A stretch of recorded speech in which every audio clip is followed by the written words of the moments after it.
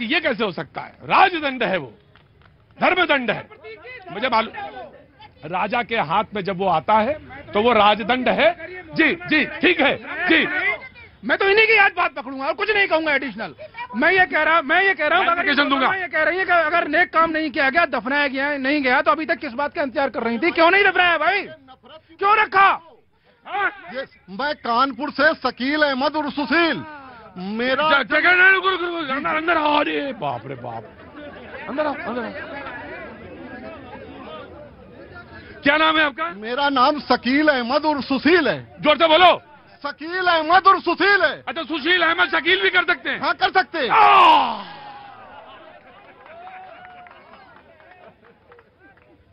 बोले मेरा नाम शकील अहमद और सुशील है। मैंने कहा सुशील अहमद शकील कर सकते? बोले कर सकते हैं। कर सकते हैं सर। मेरा जन्म मुस्लिम परिवार में हुआ, पालन पोषण एक हिंदू परिवार में हुआ। अगर कोई मुसलमान भाई मुझसे सलाम करता है तो मैं सलाम करता हूं, अगर कोई हिंदू भाई राम राम करता है तो मैं राम राम करता हूं, अगर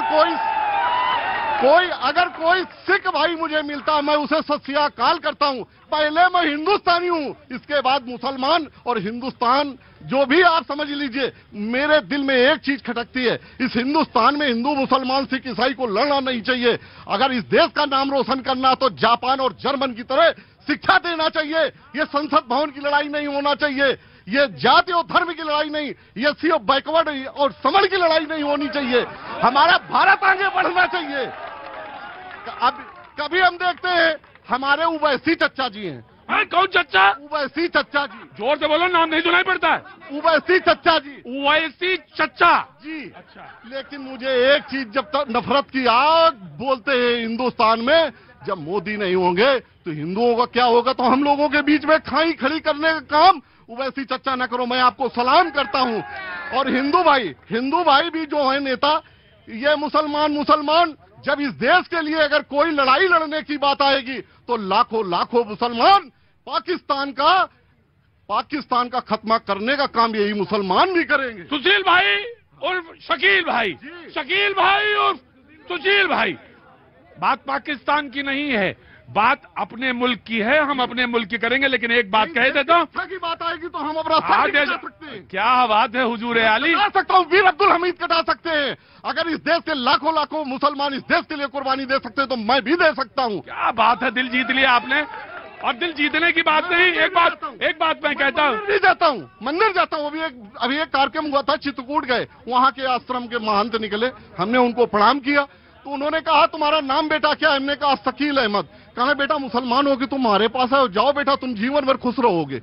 हमें इससे मतलब नहीं, मुसलमान मिलता है, मौलाना मिलता है, उसे अदब से सलाम करता हूँ, इस्तकबाल करता हूँ। क्या बात है, क्या बात है। यही पूरा कॉन्स्टिट्यूशन खड़ा है सामने, यही खड़ा है कॉन्स्टिट्यूशन। इसको कहाँ जाके पलटे? जीता जागता यही कॉन्स्टिट्यूशन है। आज जब ये नेता हिंदुस्तान की नफरत की बात बोलते हैं तो मुझे बहुत तकलीफ होती है।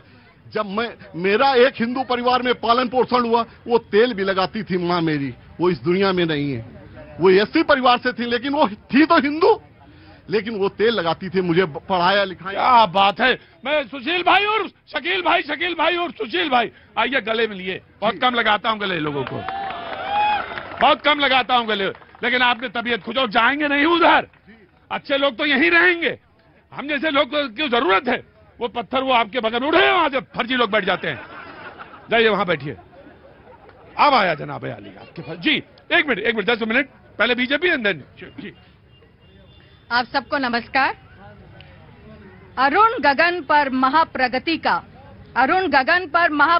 का अब फिर मंगल गान उठा, करवट बदली अंगड़ाई ली, सोया हिंदुस्तान उठा। आज यही है परम सत्य। आप जानते हैं 1921 के अंदर पहला जो ये हमारा जो अब संसद जिसके नाम से लोग कांग्रेसी भाई बहन बहुत ऊंचा बोल रहे हैं, उसका ब्रिटिश शासन में 1921 में किसने शिलान्यास करा था?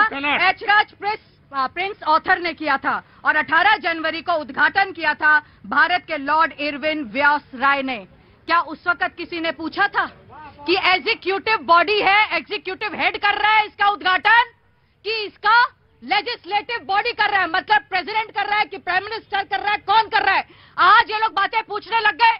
नए संसद मतलब नया संस्कृति का वो भवन